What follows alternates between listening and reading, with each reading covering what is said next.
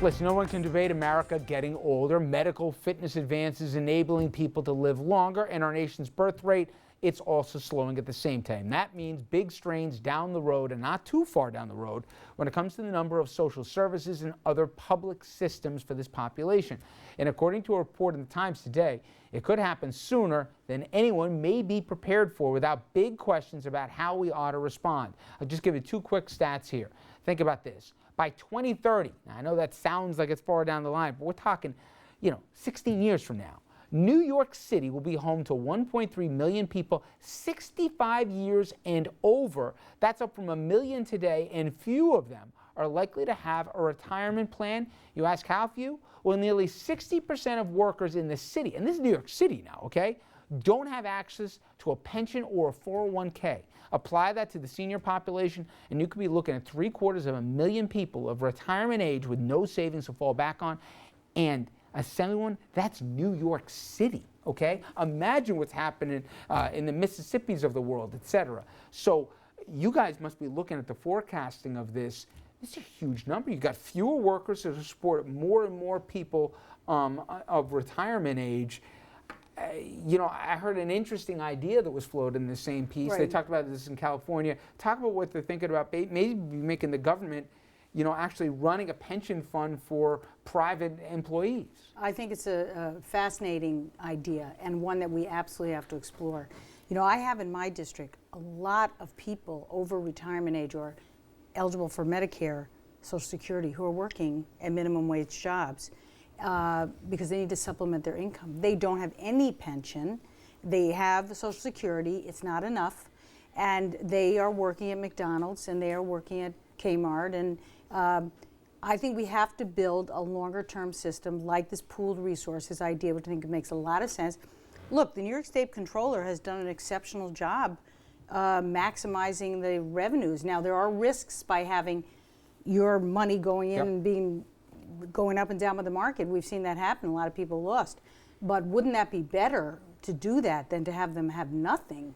And it's going to happen sooner or later. We're all going to be there. Look at where we've trended in the last 35 years. We've gone away. Social Security, it's too much of a burden. We can't do that. Public pensions for public workers, can't do that anymore. Companies since the 70s and 80s have been getting rid of their pension systems, pushing it into 401ks, which pushes it into the market. And then you have years like 2008 where everybody's assets get wiped out in the market. The policies that we've gone in the last 35 years, for the benefit of businesses primarily, have put this burden back on individual people. And if we're not careful, we're going to wind up in worse shape than we were back in the 20s and the 30s in the middle of the Depression, where we had old people who were dropping dead on the streets because they didn't have anywhere to take care of themselves and didn't have any place to go. We do have some safety nets now, but it's just a population trend to me. It scares the heck out of me, Dominic. It used to be 5-6 workers to every retiree. Right. We're getting close where not too down the line. I'm looking at my kids here when they're all, it's going to be 1-to-1 or 2-to-1 or something. You can't work. That model doesn't add up. Richard, I'll say what we're all thinking and no one wants to say. We cannot return to the days of senior citizens forced to eat cat food because they don't have anything else to eat. This is ridiculous. No offense, but where are our elected officials? And what do we hear from one party? Cut, cut, cut. Cut, cut, cut. So what's going to happen to these people? This is outrageous. This is America. This is ridiculous. Here's the problem with this.